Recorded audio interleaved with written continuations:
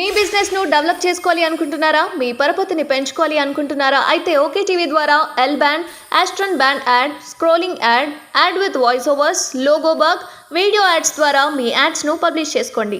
సంప్రదించవలసిన phone number 8520917933.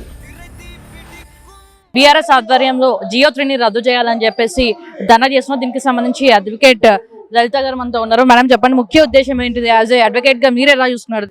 ఇది చాలా అన్యాయం. జియో 3 అనేది ఎంత అన్యాయం అంటే అట్లీస్ట్ గవర్నమెంట్ ఈ ఇష్యూలో ఏదన్నా అప్పీల్ వెళ్ళి ఏదైనా ప్రత్యామ్నాయ కార్యక్రమాలు చేయకుండా ఈ జియో 3 యాక్చువల్గా మీకు తెలిసిందే 1996లో జియో 41 వచ్చింది.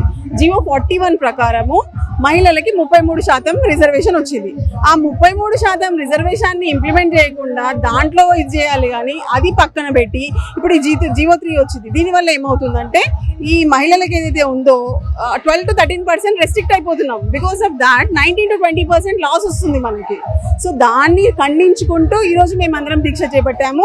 కవితక్క గారి జాగృతి మొత్తం అందరం టీం అందరం కలిసి అన్నమాట. ప్రభుత్వం మారినాక ఎలాంటి చేంజెస్ ఎట్లా కనిపిస్తున్నాయి? గతంలో ఉన్న టీఆర్ఎస్ పార్టీ ఎట్లుంది, బీఆర్ఎస్ పార్టీ ఎట్లుంది, ఇప్పుడున్న కాంగ్రెస్ పరిపాలన?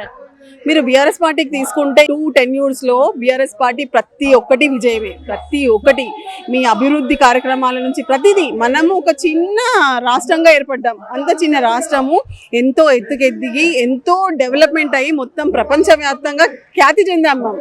అలాంటిది మన బీఆర్ఎస్ ప్రభుత్వంలో అలాంటి మంచి ఉన్నతిని సాధించాము. వెన్ ఇట్ కమ్స్ టు ఈ 90 రోజుల పాలనలో మీరు చూస్తే అక్కడ ప్రజాపాలన అంటున్నారు కానీ ప్రజాపాలన లేనే లేదు. ఎక్కడ కనిపిస్తుంది మీకు? ఇప్పుడు మా ఈ ఇష్యూనే తీసుకోండి. మీరు కంచెలు బద్దలు కొట్టినాం, సో ప్రజలు లోపలికి వెళ్తున్నారు, అదే ప్రజాభవన్ గా మార్చారు దాన్ని.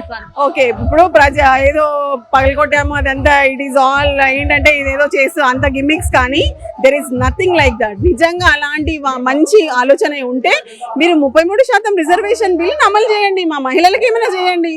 అది మంచి ప్రజాపాలన అంటారు. లేదు ఇంకేదైనా ఇప్పుడు మేడిగడ్డ ఉంది, మేడిగడ్డలో 2 పిల్లర్లు దెబ్బతిన్నాయి. దాన్ని కట్టి మీరు కాళేశ్వరం నీళ్లు వదిలి మొత్తం అందరికి మంట పొలాలకి నీళ్ళు అందించండి. ఇంకా వెల్ఫేర్ యాక్టివిటీస్ చేయండి.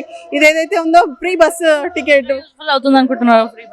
ఏ విధంగా యూజ్ అవుతుంది? నేను మిమ్మల్ని అడుగుతున్నా, ఏ విధంగా? ఇప్పుడు most of the women, working విమెనే యూజ్ చేస్తారు ఆర్టీసీ బస్సెస్ ని. వాళ్ళకి ఆల్రెడీ మంత్లీ సాలరీస్ ఉంటాయి. సో మీరు అది కల్పించి మీరు ఏ విధంగా ఇది చేస్తున్నారు?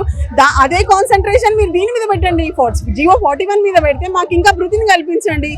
అదేదైతే ఫ్రీ బస్ ఉందో అది దాని బదులు కాదంటున్నారా free bus? Of course it is not at all. అదే డబ్బుల్ని మీరు మహిళల వృత్తికి ఏదన్నా మంచి వాళ్ళకి ఎంప్లాయ్మెంట్ కల్పించడానికి పెట్టండి. దానివల్ల వాళ్ళు ఇంకా డబ్బులు ఆన్ చేసేసి వాళ్ళు ఇన్కమ్ సోర్స్ పెరుగుతుంది కదా. ఇన్కమ్ సోర్స్ పెరిగే పద్ధతిని చేయండి.